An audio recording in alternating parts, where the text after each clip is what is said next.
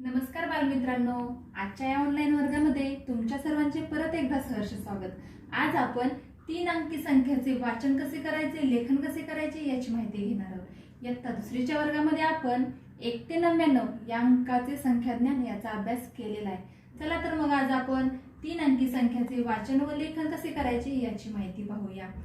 हे पहा, ज्याप्रमाणे 10 सुट्टे एकत्र केल्यावर 1 दशक होतो, त्याप्रमाणे 10 दशक एकत्र केल्यावर काय होईल बरे, तर आपण पाहूया। हे पहा, माझ्याकडे हा एक काडीपेटीमधल्या काड्यांचा गठ्ठा आहे। ह्या 10 काड्या मी काडीपेटीतल्या 10 काड्या एकत्र घेतल्या व त्या बांधल्या, म्हणजे 10 काड्यांचा मी काय तयार केला, एक गठ्ठा तयार केला। हा गठ्ठा आपण कशाचाही करू शकतो, जसं मी आता ह्या काडीपेटीतल्या काड्यांचा गठ्ठा तयार केलेला आहे। तुम्ही हा आईस्क्रीमच्या काड्यांचा पण 10 काड्यांचा गठ्ठाही करू शकता। त्याप्रमाणे 10 पेन एकत्र करून त्यांचा पण तुम्ही काय करू शकता, एक गठ्ठा तयार करू शकता। म्हणजे आपण कोणत्याही 10 वस्तू एकत्र घेतल्या तर त्याचा काय तयार होतो, एक दशक तयार होतो। हे मला तुम्हाला सांगायचे। 10 कोणत्याही गोष्टी, 10 कोणत्याही वस्तू एकत्र घेतल्या तर त्याचा काय तयार होतो, एक दशक। म्हणजेच 10 सुट्टे एकत्र केल्यावर एक दशक तयार होतो। म्हणजेच एक दशक म्हणजे किती, तर 10। म्हणजे 10 सुट्टे मी एकत्र केले, एकत्र बांधले, एक गठ्ठा तयार झाला, म्हणजेच किती तयार झालं, एक दशक। म्हणजेच एक दशक म्हणजे 10। तसेच 2 दशक म्हणजे किती, तर 20।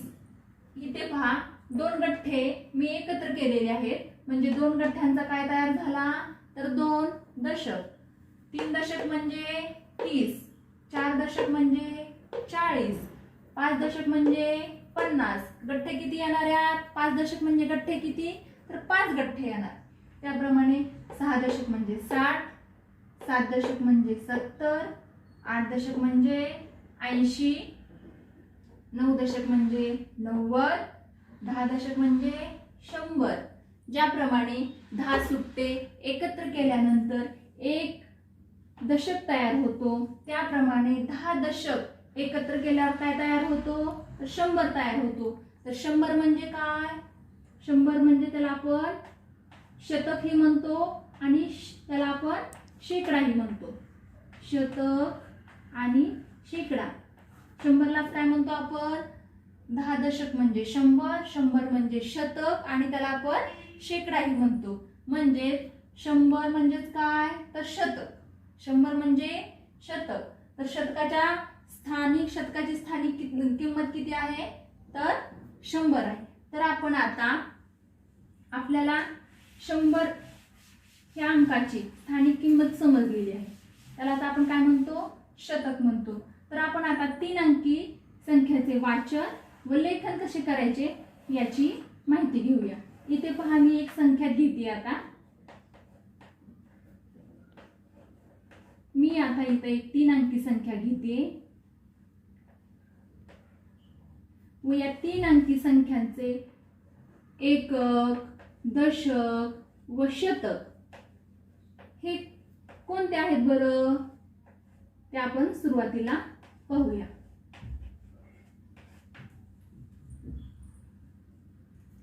इथे मी एक संख्या दिलेली आहे। या संख्यामध्ये पहा, एकक स्थानी कोणता अंक आहे, 3। दशक स्थानी कोणता अंक आहे, दशक स्थानी कोणता अंक आहे, 1। व शतक स्थानी, एकक, दशक व शतक, शतक स्थानी कोणता अंक आहे, 2। हे अंक मी लिहून घेतलेले आहेत। म्हणजे या संख्येमध्ये 3 एकक, 1 दशक व शतक किती आहे, 2 शतक आहेत। म्हणजे इथं या संख्येमध्ये शतकाची संख्या किती आहे, 2 शतक। म्हणजेच 2 शतक याला आपण 200, आपण पाहिलं होतं शतक म्हणजेच 100 आणि 100लाच आपण शेकडा पण म्हणतो। म्हणजे 2 शतक म्हणजे किती, 200 असे आपण वाचन करूया। व 2 शतक म्हणजे 200 आणि पुढील संख्या कोणती आहे, 13। म्हणजे या संख्येचे वाचन काय झाले, 213। असे आपण याचे अक्षरात लेखन करूया. 200 आणि पुढील संख्या आपण 2 अंकी संख्येचे वाचन लेखन शिकलेलोच आहोत, त्यामुळं हे तुम्हाला समजायला फारसं काय अवघड जाणार नाही. 2 शतक आहेत म्हणून 200 आणि पुढील संख्या आहे अशी 13. अशा प्रकारे आपण 3 अंकी संख्येचे वाचन व लेखन करू शकतो. त्यानंतर मी दुसरी एक संख्या घेते पहा मुलांनो. आता मी इथे एक संख्या दिली. या संख्येमध्ये एकक स्थानी कोणता अंक आहे? 1. दशक स्थानी कोणता अंक आहे? 2. शतक स्थानी कोणता अंक आहे? 5. हे प्रत्येक अंक मी त्या ठिकाणी लिहिलेले आहेत. या संख्येमध्ये 1 एकक, 2 दशक व 5 शतक आहेत. म्हणजे शतकाची संख्या किती आहे? 5. 5 हे शतक आहेत. मग याचेच आपण वाचन कसे करायचे? तर 5 500. 5 शतक म्हणजेच किती? 500. आणि पुढची संख्या 21. 521. 5 शतकाचा 500 आणि पुढची संख्या 21 म्हणजे काय तयार झाली संख्या? 521. याचे आपण लेखन करूया. 521. अशा प्रकारे आपण लेखन करू शकतो. तुम्हाला सर्वांना हे समजलेलंच असेल. आता आपल्याला काय करायचंय? सुरुवातीला फक्त शतक किती आहेत हे पाहायचे व त्या शतकाच्या अंकाला शे लावायचा आहे. म्हणजे 500 आणि वरच्या ठिकाणी 200. आता मी अजून एक उदाहरण घेते पहा.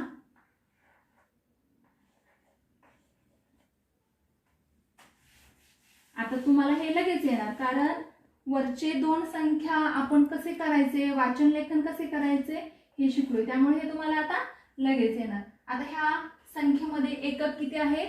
3, दशक 2 व शतक 7. म्हणजे शतकाची संख्या किती आहे? 7.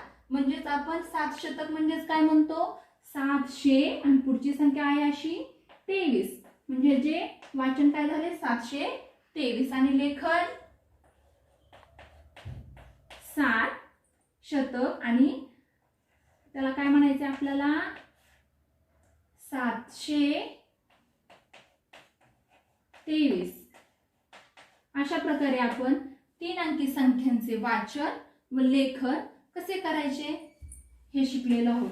याच्यानंतर बाळांनो आपल्याला 3 अंकी संख्या तयार कशा करायच्या, 3 अंकी संख्या तयार कशा करायच्या याची माहिती घ्यायची. आपण इयत्ता दुसरीमध्ये 2 अंकी संख्या तयार करायला शिकलो होतो पहा. तर आपल्याला आता 3 अंकी संख्या तयार कशा करायच्या हे शिकायचं आहे. आता मी तर खाली एक त्रिकोण घेते. त्रिकोणाला किती टोक आहेत, किती कोपरे आहेत? त्रिकोणाला 3 बाजू आणि 3 कोपरे असतात.